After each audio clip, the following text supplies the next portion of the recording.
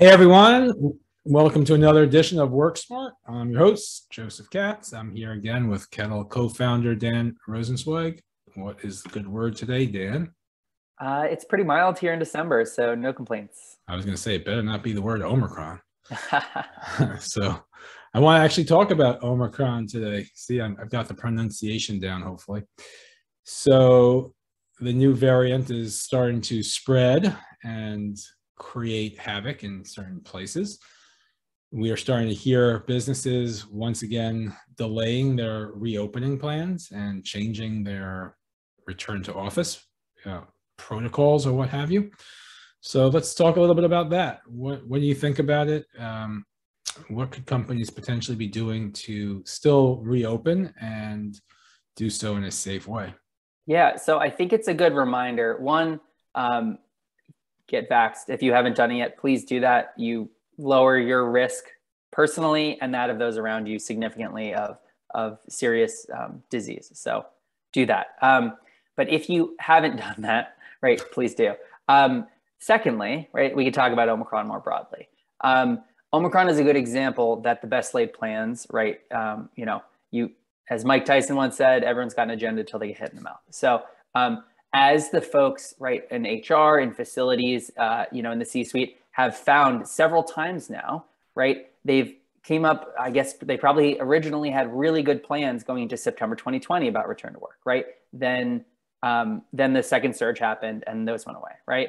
And then this spring, everything looked good and then Delta happened, right? And now we're on Omicron, right? I think the point here is that you need to have plans that are flexible, right? And you need to have creative ways in order to communicate those effectively so that your team understands that while things are changing, right, you're ultimately in control. You're in the driver's seat, right? So I think, right, the best thing to do here is one, be in constant communication with your team.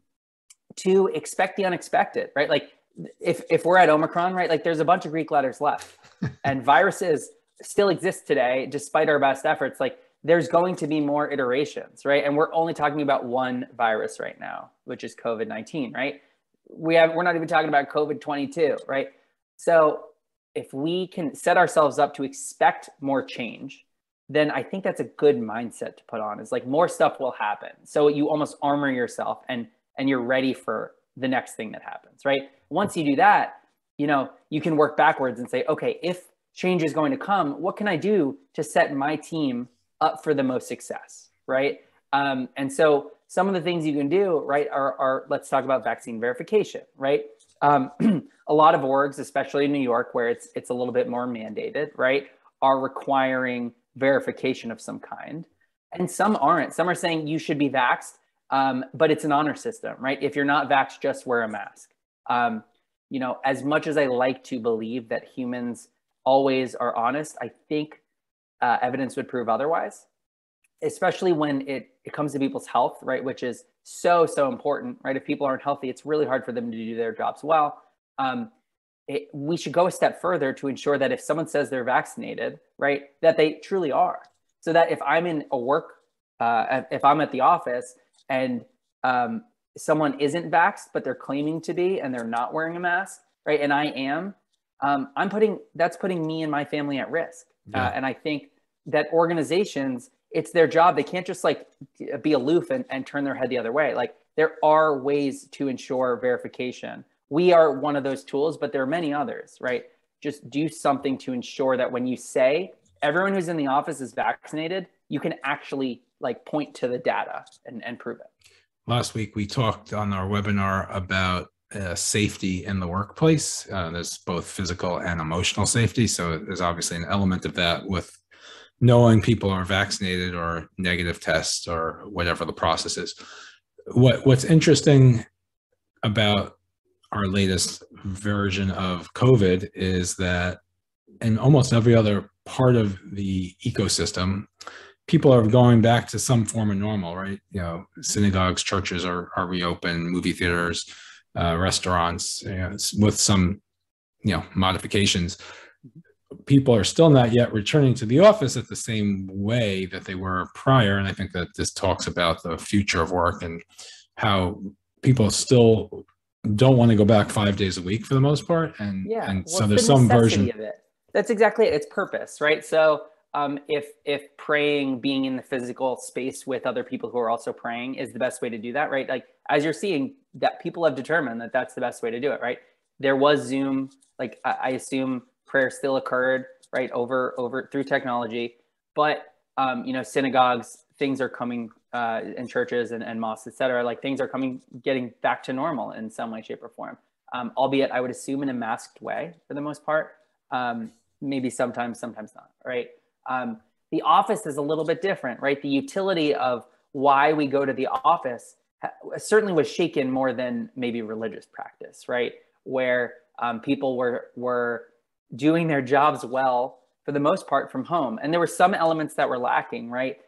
If you were new to a company, maybe you didn't meet any of your colleagues in person, right? Like it's harder to build those relationships, which does affect a lot around mental health, et cetera, right? So there are reasons to bring people back to the office in person, but you can't just say because I said so, right? The 5 day a week, 9 to 5, et cetera, right? Like it can't just be because I said so, right? If the job requires someone to be in the office, like you're a plumber and you're fixing pipes and you can't do that remotely, that's fine. But most folks who work behind a computer in a service type industry, right, have proven that over the last 18, almost 24 months now, they've done a pretty good job of working right from home. So it creates an opportunity for us as business leaders to set an example, right, and use our the purpose of being in the office as a strength as opposed to a weakness, right? Your employees are not children, right? And you can't just, as a parent, say, because I said so, and have your children just do what you said, right? Like they're smart. Your employees are very intelligent.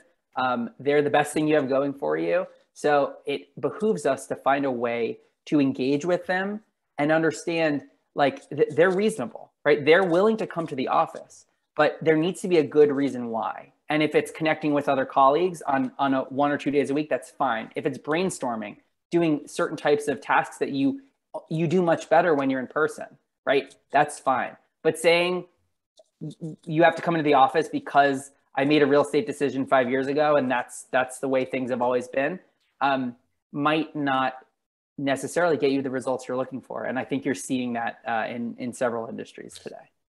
So Kettle OS is a platform that will help companies manage a lot of that, bring people back with purpose, bring people back in a coordinated fashion and organized, and allow you to communicate rules and policies and so forth. So if anyone wants to learn more about Kettle OS, you can reach out to the team at hello@kettlespace. Dan is dan@kettlespace.com. I'm Josef at kettlespace.com. Look forward to speaking with you again soon, Dan. Thank everyone for tuning in, and you can check out some of our other videos on this topic of return to the office in our channel below. Like here, subscribe here. Yeah, wherever the button shows up. Thanks, Dan. Speak to you soon. Thanks, Joseph.